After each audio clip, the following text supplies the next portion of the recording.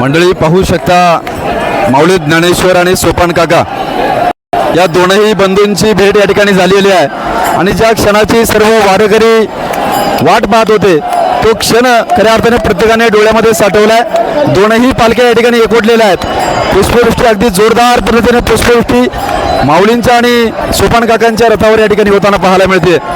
अक्षरशः लाखोंच्या संख्येने जनसागर या ठिकाणी माऊलींच्या सोपान काकांच्या भेटीला आलाय आणि आता पंढरपूरच्या दिशेने या सर्व संत महात्म्यांची पालखी पंढरपूरच्या दिशेने रवाना होतीये आणि प्रत्येकाला विठुरायाचं रूप डोळ्यामध्ये साठवायचे आणि विठुरायाचं रूप डोळ्यामध्ये साठवण्यापूर्वी माऊली ज्ञानेश्वर आणि सोपान काका या दोनही बंधूंचं रूप आपण या ठिकाणी रथ पाहताय। कशा प्रकारे जयघोष केला होते माऊली माऊली माऊली माऊलींच्या जयघोषामध्ये अगदी सोपान काका आणि माऊली ज्ञानेश्वर यांचं स्वागत या ठिकाणी जंगी या ठिकाणी पुष्पवृष्टी करताना पाहायला मिळते आपल्याला। माऊली माऊली माऊली मंडळी हा सोहळा स्वर्गीय नाही असं म्हणतात। आनंदवारी नक्कीच हा सोहळा स्वर्गीय नाही। नक्कीच सोपान काका माऊली ज्ञानेश्वर यांचं कार्य महान आहे। अनेक चमत्कार त्यांनी या भूतलावर दाखवलेले आहेत। जवळजवळ 700 वर्षे ते होऊन गेले परंतु अजूनही त्यांच्या आठवणी त्यांचं कार्य नेहमी स्मरणात आहे। नक्कीच मंडळी आपण पाहतो एखादा व्यक्ती मरण पावल्यानंतर दशकिऱ्या झाल्याच्या नंतर आपण त्या माणसाला 11व्या दिवशी विसरतो परंतु या महाराष्ट्राच्या सर्व संत परंपरा ज्ञानेश्वर माऊली असेल सोपान काका असेल निवृत्ती महाराज असेल मुक्ताबाई असेल त्याचप्रमाणे एकनाथ महाराज नामदेव महाराज हे थोर महान संत खऱ्या अर्थाने आपल्या महाराष्ट्रामध्ये होऊन गेलेत।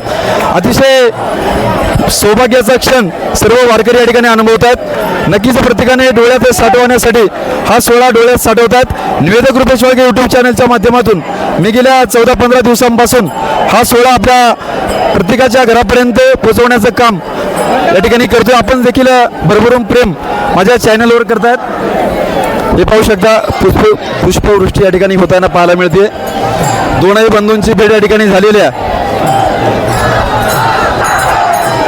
मंडळी वारकऱ्यांमध्ये काय तो उत्साह पाहू शकता। रोज 25-25 किलोमीटर चालतात परंतु हा सोहळा स्वर्गीय नाही असं म्हणतात ते काय चुकीचं नाही। पाहू शकता किती उत्साह वारकऱ्यांमध्ये आहे। माऊली माऊली माऊलींचा गजर करत या ठिकाणी दोनही बंधूंचं सोपान काका आणि ज्ञानेश्वर महाराज या दोनही बंधूंचं स्वागत अगदी पारंपरिक पद्धतीने या ठिकाणी पुष्पवृष्टी करून होते। महाराष्ट्र राज्याचे लाडके लोकप्रिय मुख्यमंत्री नामदार आदरणीय देवेंद्रजी फडणवीस साहेबांचं या ठिकाणी काही क्षणापूर्वी आगमन काही वेळापूर्वी आगमन झालं होतं। फडणवीस साहेब रथामध्ये बसले होते माऊलींच्या आणि खऱ्या अर्थाने या सोहळ्याला त्यांनी भेट देऊन शुभेच्छा देखील दिलेल्या आहेत। नक्कीच आदरणीय फडणवीस साहेबांवर महाराष्ट्र प्रेम करतो।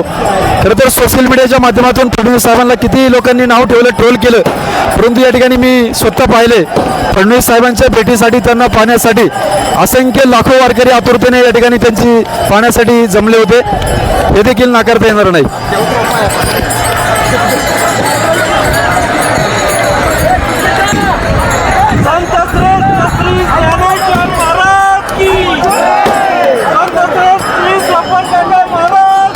जय माऊली कुठून आला तुम्ही?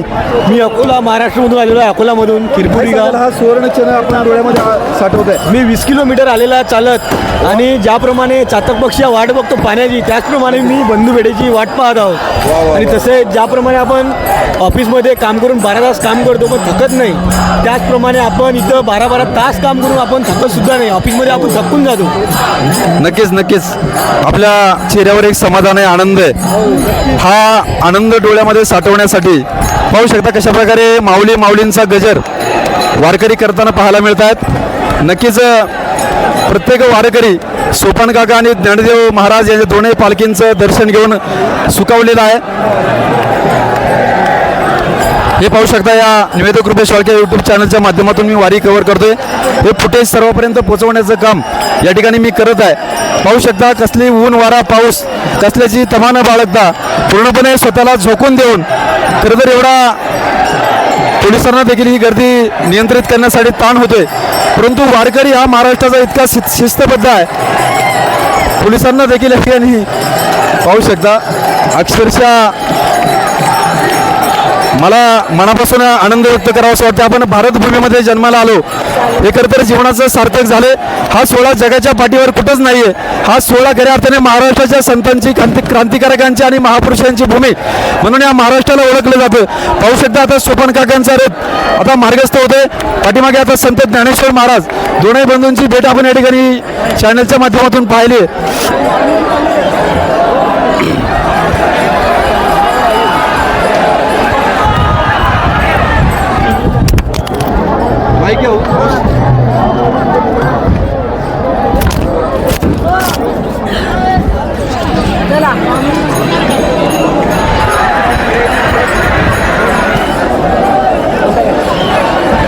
थोडासा वातावरण आपण पाहू शकता, क्लायमेट थोडासा वरुणराजाची आगमन या ठिकाणी झालेलं आहे.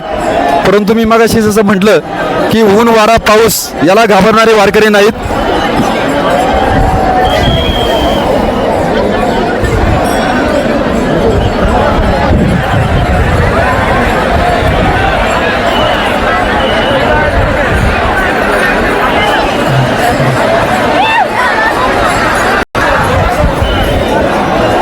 मंडळी पाहू शकता या ठिकाणी मोठा जो लाईटचा जो खांब आहे त्याच्यावर लिहिलेला आहे बंधू भेट चौक.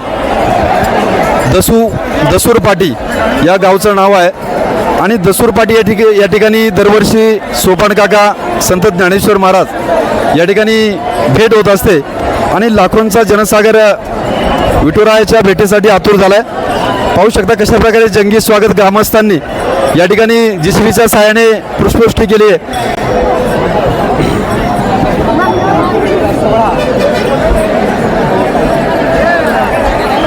पाहू शकता एक ठिकाणी सुंदर अशा रथाची सजावट, पूर्ण चांदीचा रथ आहे. सांगायला मला आनंद वाटतोय, जगद्गुरू तुकाराम महाराजांचा देखील रथ 15 वर्षानंतर संपूर्ण चांदीचा बनवलेला आहे. तब्बल 250 किलो चांदी वापरून जगद्गुरू तुकाराम महाराजांच्या रथाचं सुशोभीकरण केलं आणि त्यामुळं जगद्गुरू तुकाराम महाराजांच्या रथाला थोडं सजावट कमी आहे. त्याचं कारण असं आहे की सर्व वारकऱ्यांना दर्शनासाठी रथ हा खुला राहावा. हे पाहू शकता, पुष्पवृष्टी करण्यासाठी अनेक ग्रामस्थ JCBच्या सहाय्याने त्या ठिकाणी बकेटमध्ये बसलेले आहेत. अनेक रिपोर्टर देखील या ठिकाणी तैनात आहे. नक्कीच सर्व रिपोर्टर चॅनलवाल्यांची देखील कसोटी आहे. गर्दीमध्ये कशा प्रकारे हे फुटेज दाखवतात.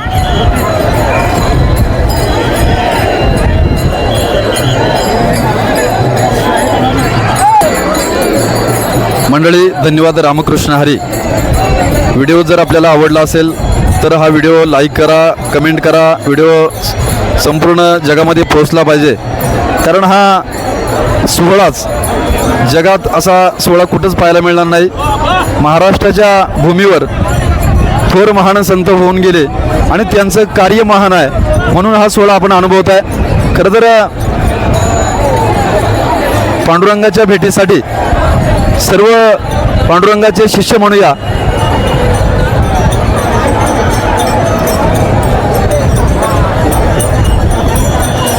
जगद्गुरू तुकाराम महाराज, संत ज्ञानेश्वर महाराज, सोपान काका, मुक्ताबाई, निवृत्ती महाराज, एकनाथ महाराज, नामदेव महाराजांचे सर्व संत मंडळी आणि विठुरायाचे सर्व शिष्य म्हणूया पांडुरंगाच्या भेटीसाठी जात आहेत. आणि या सर्व संतांच्या सोबत सर्व वारकरी देखील दाखल होत आहेत. सर्व वारकऱ्यांना मनस्वी आनंद होतोय.